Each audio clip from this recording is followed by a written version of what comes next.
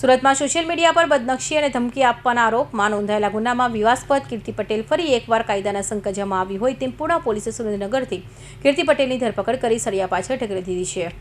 સુરતના પૂણા પોલીસ મથકમાં કીર્તિ પટેલ અને ભાવનગરની સસ્પેન્ડ મહિલા કોન્સ્ટેબલ નયના બારિયા સામે ગંભીર કલમો હેઠળ ગુનો નોંધાયો હતો।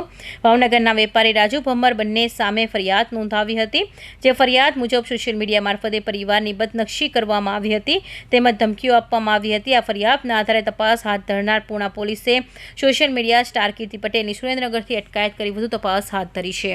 Bureau report Hind TV news सूरत।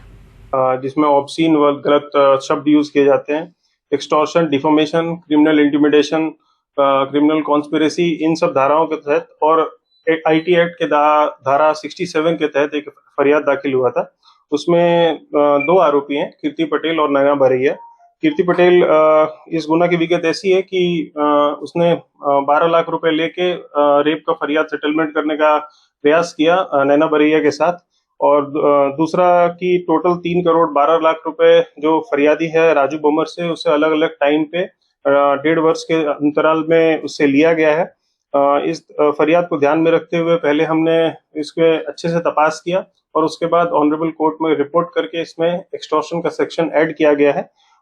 जब एक बार एक्सटॉर्शन का सेक्शन ऐड हुआ तो दोनों आरोपियों को पहले हमने नोटिस दिया था, और इसमें कीर्ति पटेल जो दूसरे जगह में थी, जामनगर जूनागढ़ की तरफ थी, तो वहां पे टीम को भेज के कीर्ति पटेल को अरेस्ट किया गया है अभी, और ऑनरेबल कोर्ट के पास इसको प्रोड्यूस किया जाएगा और आगे हम रिमांड की कार्रवाई इसमें